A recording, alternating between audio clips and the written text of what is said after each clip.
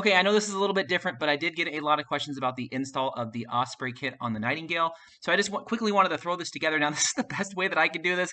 There's probably better ways, but anyways, there are a few things you need to know before you do this, and I couldn't find any guides online, any videos, anything like that. So I figured this is the next best thing. Probably save you guys a few hours of figuring out exactly where all the parts go. So first off, when I got my kit, everything came, ready to go, ready to put in the thing. Except when I had one kit that came where this particular piece right here was just like this, where it was not attached to kind of the back pusher. Now it should be attached to it like this right here. Now one of mine came already attached, and the other one didn't. I mean, it's about a second install. You just orientate it like this onto the back. So this piece right here goes right on the back, and there is one screw that holds mine in. So again, why some were installed on one and one's not, fine. Now, a big caveat to this is if you already have a full auto Nightingale, this won't work because the back piece back here has a bunch of molded pieces which won't allow this to fit. So kind of keep that in mind. All the base models should be perfectly fine. Now, I did hear people say they had issues with December 2023 models and up because they have that molded back design to allow you to work or put in that worker auto kit. But all of mine were December 2022 or pre-December 2022.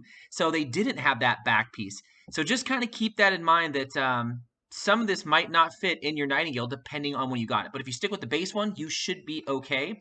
So that's the first thing. This piece here will orientate like this on top of this back piece, and you just put it in with one screw. Now, one of the things to note is these little ribbon cable guides, you need to push them up so they're not like this. You need to push them up so they're standing up, then put in the guide, then push it down, and it's flush to lock it. I was doing it backwards, and I'm like, my gosh, this isn't working. So just kind of keep that in mind. But what you want to do is just go ahead and open up your Nightingale and pretty much take everything out of it, right? Except for the motors. Well, you can take the motors out because you're going to have to cut these little wires right here, but you don't necessarily have to. And I would just function fit everything first. So the first thing you're going to want to do is just function fit this piece right here. That is this with the battery connector. So if we just scroll back over here, it's pretty self-explanatory. This back piece is aimed out for the for your actual battery. And you could see down here, there's going to be holes on the bottom of this. One is going to be for the spring. Another one is going to be for the actual mounting of this piece that goes vertical. These two pieces are kind of tight, so I usually kind of put this in there first. And you don't need to put a screw in there at first, just kind of leave it. Now, the second piece that I would put in is going to be this piece here, this little kind of U piece. Now, it just sits in there. I didn't have any like double-sided tape or anything like that. You can try to put some of that on it as long as it's super thin, but it is this piece right here. It's essentially flipped if you look at it, just flipped, and it goes right here, just kind of lays in there. And this will have two things attached to it. One is going to be your top piece that goes on the outer shell, as well as the ribbon cable here.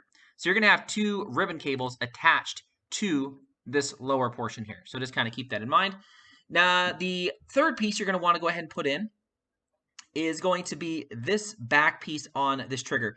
Now, this is what kind of threw me for a loop. So if you guys know, on the original Nightingale, there is another piece that goes on top of this, and it's basically, it looks like this piece, right? It goes all the way back.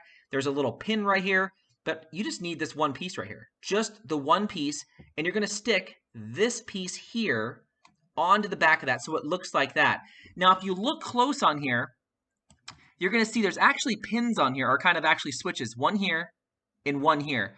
So when you put this on, you want to put it in the orientation so this kind of slides, because when you pull the trigger, it's going to hit hit switch 1 and hit switch 2 right there.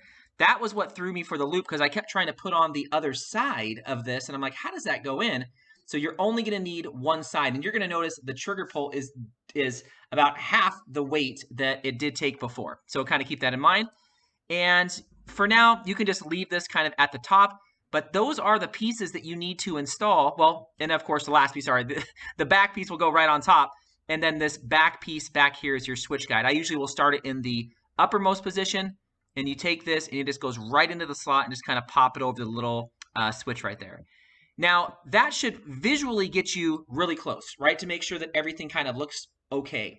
Now, I did have to trim my top shell right here. And I mean, it's very slight. I mean, you could probably put it together where it's kind of clamped on this ribbon cable, but I just trimmed it just so slightly so there wasn't too much pressure on this kind of top piece right here, right? So when you're starting to put it all together, what I will typically do, or what I typically did, is I went ahead and cut the leads on the motor. Now you want to cut these as far back as you can get them, and the red one is definitely going to be a lot longer than the white one. So let's scroll here, and you'll notice that on this battery portion there are positive and a negative, and it's really nice. You can actually there's a little screw you just bring out, put the positive in there, put the negative in there, tighten them down, and you're good to go. Put both of these back in first, and then of course scroll over. Now one of the tricky parts is when you put this back together, or this piece right here, there is a ribbon cable that runs from this front piece all the way, and see, they don't even show it. Oh yeah, oh there it is, sorry.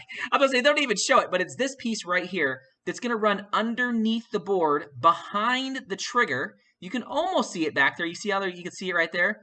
Behind the trigger, and then up to the board right here. So I had to push some of these wires kind of out of the way, just to make sure that when you clamp this together, you're not driving a screw through it. So this one right here, in the front of this, is the wires are going to come off the back of it, kind of like this, and they hook underneath. So you can, again, you can kind of see them right here.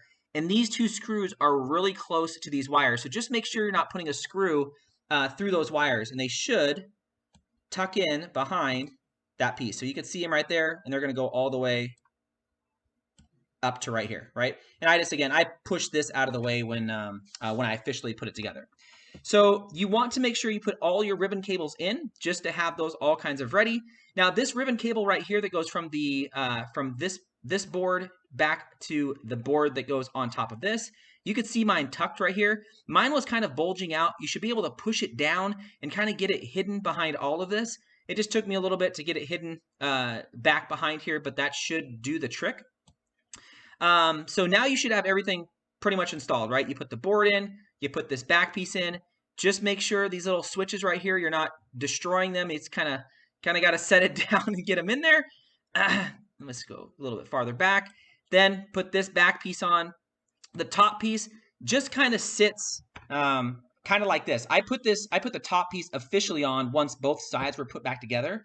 But I mean, that's really about it. Hopefully if you look at this, you should get a really good idea of how it all kind of goes together.